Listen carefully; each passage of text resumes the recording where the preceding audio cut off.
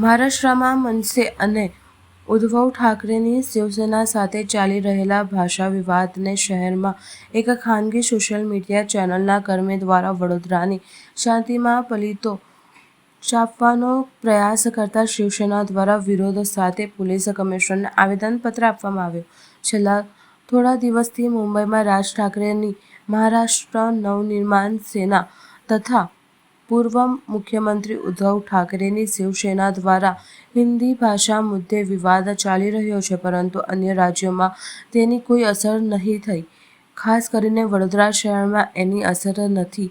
તેની પાછળનું કારણ વડોદરા એ ગાયકવાડ રાજાની નગરી છે. ગાયકવાડ રાજા પ્રજાવત્સલ્ય રાજવી હતા, જેના કારણે વડોદરા શહેરમાં મહારાષ્ટ્રીયન સમુદાય સહિત વિવિધ રાજ્યોના અલગ અલગ ધર્મ જાતિના લોકો એકબીજા સાથે હળીમળીને રહે છે અને એકબીજાના ધાર્મિક સામાજિક ઉત્સવો ભાઈચારા સાથે ઉજવતા હોય છે.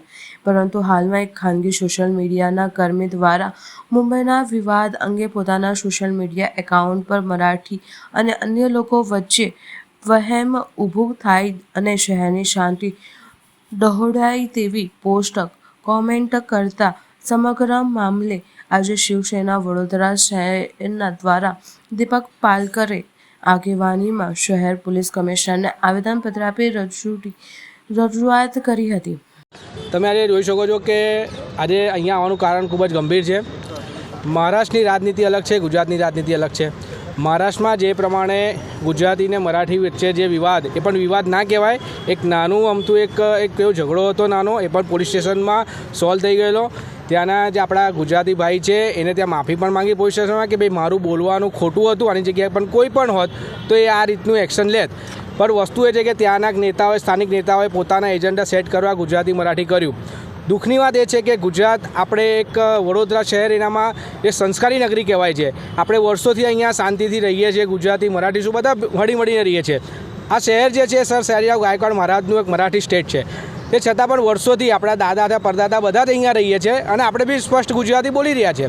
પણ એક સ્પાર્ક ટુડે ન્યૂઝ નામની જે વડોદરા ખાતે જે ન્યૂઝ ચેનલ છે, એના એન્કર દ્વારા એવું સાબિત કરવા માંગે છે કે અર્ણવ ગોસ્વામી છે. તો સાહેબ, તમને કહેવા માગું છું કે ભાઈ મુંબઈ જાઓ ને ત્યાં તમે નોકરી કરો. આ વડોદરા શહેર આ સંસ્કારી નગરી છે. અહીંયા બૂમ બરાડા પાડીને તમે જે ગુજરાતી મરાઠી વચ્ચેનું જે વાતાવરણ દોડાવવા માગો છો, એ વડોદરા શિવસેના હોય, કરણી સેના હોય, બીજા મરાઠી સંગઠનો, હિન્દુ સંગઠનો, બધા આ બધું અમે નહીં ચલાવીએ. કારણ કે આ કેવું બહુ દુઃખની વાત છે કે તમે આજે ન્યૂઝ, અમે રિસ્પેક્ટ કરીએ છીએ મીડિયાની. મીડિયા એ ચોથો સ્તંભ કહેવાય છે, પણ આ ન્યૂઝ બધા ન્યૂઝવાળાએ ચડાયા છે એવું નથી. પણ સ્પાર્ક ટુડે ન્યૂઝના એક પર્ટિક્યુલર એક એન્કર દ્વારા જે રીતની પોપઅપ કરવામાં આવ્યું કે ના આને આજ એક આખા દિવસ બતાવવામાં આવ્યું. તમને ખબર હશે કે આની પહેલાં જ્યારે પૂર આવ્યું હતું, એ પૂરના ટાઈમે પણ એક વિડીયો વાયરલ કરવામાં આવ્યો હતો. એ વિડીયો એટલો અશ્લીલ રીતે વાયરલ કરેલો કે તે સ્થાનિકે પણ નહીં વિચાર્યું હોય, એની પર પોલીસ કેસ થયો, ક્રાઇમ બ્રાન્ચમાં બોલાવવા પડ્યા. તો આ બધા આજે ન્યૂઝ ચેનલ છે સ્પાર્ક ટુડે ન્યૂઝ, પોતાના એજન્ડા સેટ કરવા માટે, પોતાની ટીઆરપી વધારવા માટે આ બધા જે હથકંડા અપનાવી રહી છે, આ અમે બિલકુલ સહન નહીં કરીએ. એટલે જ અમે કમિશનરશ્રીને અમે મળવા આવ્યા છીએ કે કાયદેસરની કાર્યવાહી આ સ્પાર્ક ટુડે ન્યૂઝ પર થાય.